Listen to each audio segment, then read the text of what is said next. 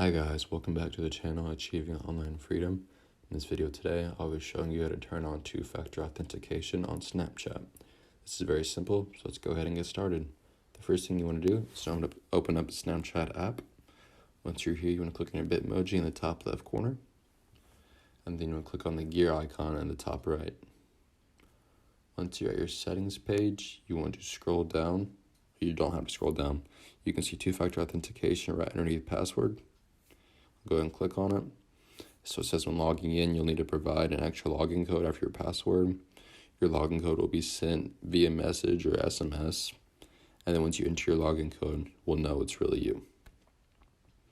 So they just want to let you know that if you lose access to generate a login code, you could be locked out of your account. But if you still want to proceed, just click Let's Do It. From here, you can either use two options. You can use an SMS, which is just messages.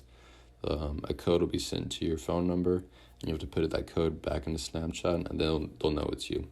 Another option is if you get an authentication app, and this app will give you a code on your device, like using Google Authenticator.